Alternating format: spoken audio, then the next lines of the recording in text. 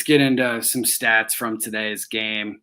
Like I mentioned, obviously um, with the game in general, just looking at the passing overall. I mean, even Drew Pine's stats didn't look great overall. Um, he ended up going 9 of 22, but he was able to push the ball down the field a little bit better, had a touchdown, had no turnovers.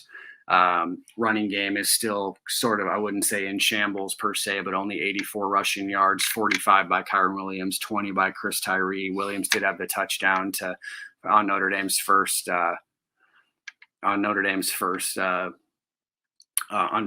touchdown, I should say. And I think overall a big game out of him. Hopefully Michael Mayer's healthy going on throughout the season. He had a big gritty game for Notre Dame in a loss, 8 receptions, 93 yards, no touchdowns, obviously there, but was obviously hampered there in the late fourth or mid fourth quarter and kind of had to play through it. And then just a really interesting game by the wide receivers. Braden Lenzy finally makes that big play. It goes 4 for 61, has the big touchdown catch. Notre Dame misses the extra point, of course, in that regard. But some key drops there by Kevin Austin, which was unfortunate. I mean, he looked like he was sort of bouncing back last week after a rough game the week before. And so it bounced back, gets Wisconsin with 2 touchdowns. And then today drops a pass that probably would have, could have shifted the momentum back in Notre Dame's favor. Notre Dame ends up kind of fizzling out on that drive and nothing to say for it. But he catches that ball, you don't know what happens. And exactly, I think Dropping Dimes made a good point here, and I was sort of thinking that right when the game happened. If he makes that catch, or if Avery Davis makes the catch immediately after that, I think both guys should have made that catch just in general.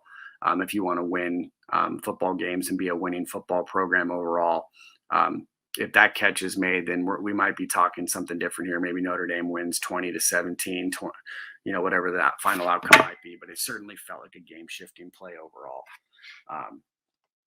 A lot of the defensive stats aren't out yet, so we won't get too much into that. But just kind of getting into the defense overall. And I know there was a comment earlier in regards to Cincinnati being the better team. They were able to move the ball in the second half. Well, I certainly think that was true. Again, I really think just today specifically, they were put in a really rough spot overall.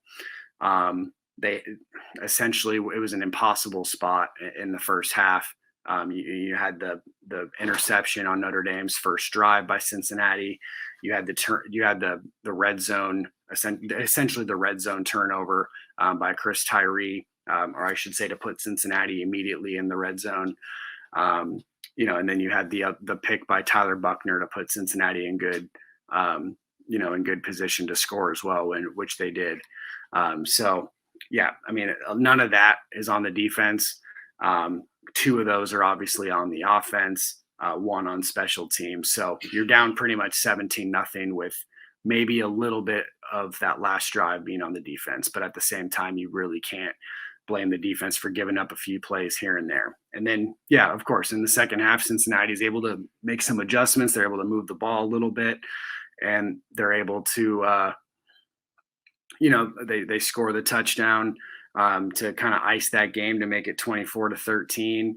And, you go from there and you lose. But in reality, the defense did nothing today that made me upset as a Notre Dame fan and a Notre Dame analyst.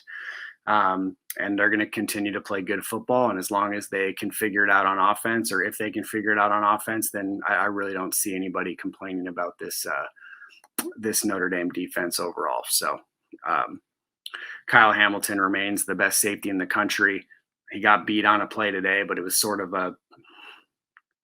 an interesting play. I mean, he made a good play if the ball was thrown well, but the ball was underthrown, and the receiver was able to see that in the air, and Hamilton did not track the football in the air as well as he wanted to. But in general, I would have, nothing really you can do there. And then Clarence Lewis had a little bit of a rough game. some throws over the top. That one Cincinnati receiver, forget his name exactly, but yeah, Pierce, I believe was his last name. He made a few really nice plays to stretch the field in Cincinnati's favor. Clarence Lewis gave up a few good plays there. Thought Cam Hart played another terrific game for the Notre Dame defense. Linebackers were maybe a little shaky at times. I thought Bertrand got beat on a few RPO action plays, but overall, nothing crazy. I mean, Ritter's a terrific college quarterback, and he's going to make plays with his legs. And if he gets specifically if he's open in space, he's going to make plays with his legs. So, you can't be too upset with those guys. But in general, the defensive line was still the strength of this team overall. The Adamalola brothers were great. Foskey was great. The defense interior in general was great. So again, nothing, in my opinion, at least. I'll have to kind of relook at the game film later on this week when I have an opportunity. When we kind of review this game and look towards Virginia Tech. But again, nothing this defense did was really anything that upset me as a fan and as an analyst, at least to begin. So